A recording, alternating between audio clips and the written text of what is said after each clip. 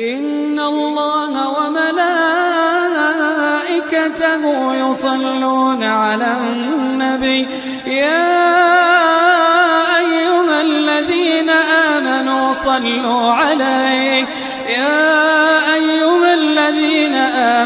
صلوا عليه وسلموا تسليما. Good morning. I stop at Emma's house for take dinner at 12:30. 10 minutes. I return. I found ticket for me $30. I cannot. I am disability. I put it in front with me. There is. I need help for me because I am from Syria, Damascus. How long have you been here? 81. 1981? 81, yeah. Oh, you've been here My birth, 1936. You were born in 1936? 10/13/1936. You are 80 years old. Alhamdulillah, good. My health more good. I thank God forever. I pray to my God alone. I need peace for all people, for all world. Peace. War is from devil. Peace from our God. I need peace for all people. Thank God forever. Thank you. You are charged with a parking violation. Based on what you're telling me, you went into Amos' house to get some food to eat. Right. For take food, 10 minutes. To get some dinner. I understand that. Thank you. I am going to dismiss the case. It's not going to cost you any money. Okay? First of all, let me ask you, what are you asking me to do? I need help to remove this ticket. Okay, the ticket is removed. Thank you. I need my help for my country, for all my people. Because they are everything broken. Church, mosque, school, bakery, electric. You know, we can all learn a lesson from he saw listening. That he is God. We can all learn a lesson. All people, they are devil to him. No, we are freedom for all people. Thank God. Thank you. We can all learn a lesson from listening to Mr. Saif. We read the newspaper and we watch television at night, and we always think that, well, it's happening somewhere else. It really doesn't affect us, somewhere else in the world. But when you are face-to-face with someone who was personally affected by what's going on in the world and the impact that it has on them and the commitment they have to their country, because every one of us has descendants that came from another country. And this morning, this is a very emotional thing. And it's an eye-opener. Sir, the ticket is removed. Good luck to you. Thank you very much. God bless on us. Thank you. Good morning, Your Honor. Andrew, you have 4 different registrations. You have 5 tickets that go back to 2004, 2005, and 2006. Can you prosecute those tickets? No, Your Honor, not from 04, 05. We won't even have copies of those, Your Honor. Those matters are going to be dismissed. I wasn't aware of them. Anyway, I'm sorry. Well, Thank you. The issue isn't whether you are aware of them. The issue is whether or not they were placed on the vehicle, and they were. At the time, you were living on 9th Street in Woonsocket. We're keeping track of you. Then you got a ticket on Friendship Street in 2008. That was a parking meter on Friendship Street. That's going to cost you $25. Then you have a parking meter in 2014 on Friendship Street. It's going to cost you $25. So far you're doing pretty good because all you got is $50. And now you have 4 parking tickets. Are you talking about the most recent ones? Most recent ones, right. All right. The one on 11-1. On the Nissan. Yeah, the one on 11-1, I went to Social Security because they had cut my check. Because my son was recently killed last year. So they cut my check because he had owed money. Who? My son was killed. March of last year, right? So I was his rep payee. So they took my money because he had owed money. So I had to go to Social Security to fix that matter. When I came out, I had a ticket. Then another time on the 5th, the parking meter wasn't working. I have the picture for that. On 1/4, I was at court because my landlord was trying to evict me. So I was at eviction court. Come out, I got a ticket. Mind you, he won possession of the apartment, so I had to move. So I got a ticket, he won possession of the apartment.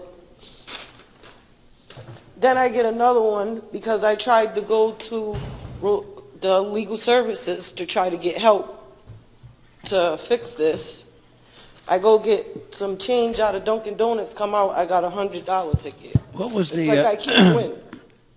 What was the situation with the mix-up in Social Security with your son?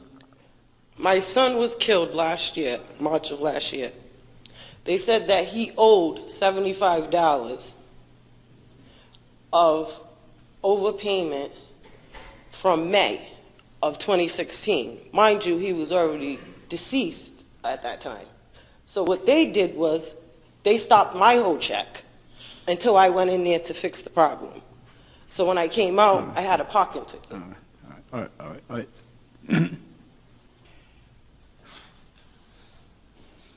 I've had a tough year already. Your Honor. I'm on SSDI. I don't have $400 to give you on top of whatever else. I really do. I just had to come up with money for a new apartment. I'm still paying Russell and Boyd for my son's funeral. Like, I don't know where this money's supposed to come from.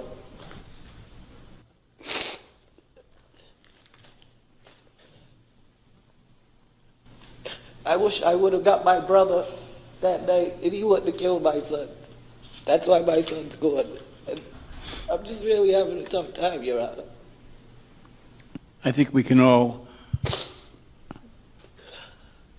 express our sympathy to you and understand the trauma that you have experienced.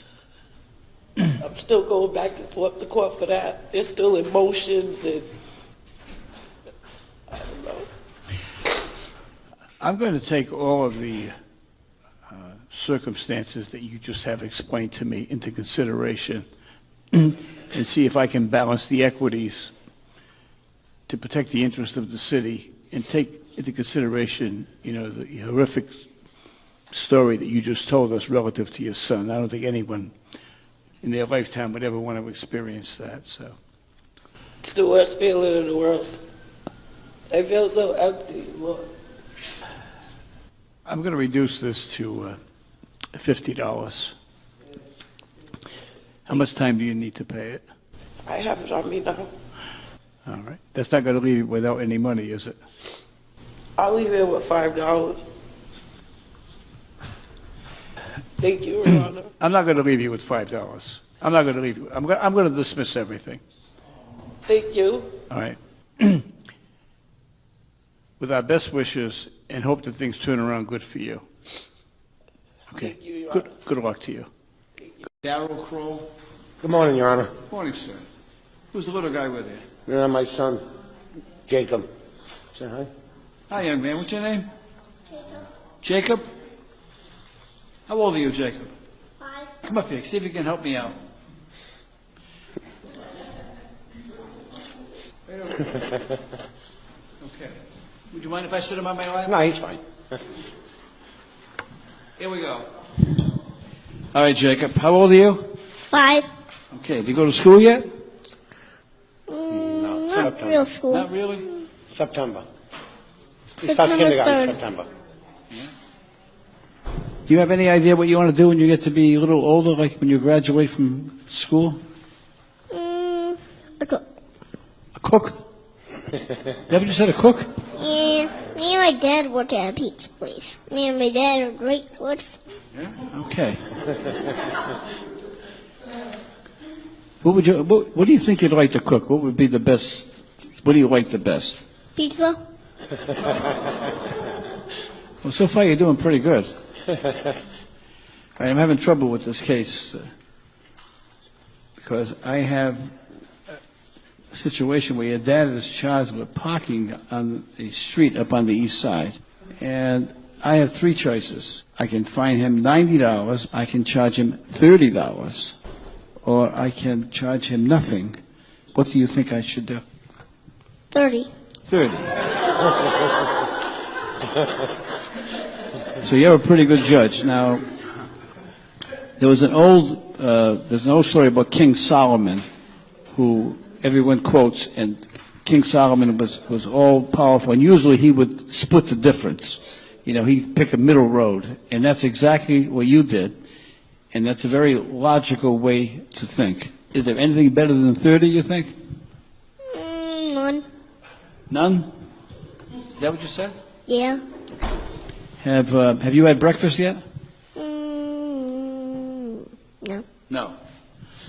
Well, suppose I make a deal with your dad, okay? And the deal is that if he'll take you out for breakfast, then I'll dismiss the ticket. What do you think about that? Like that? Now, I want you to order up I want you to order a lot of stuff, because he's going to be saving $30. Is that a good deal? Yeah, just a little bacon. Okay. All right, thanks for helping me out.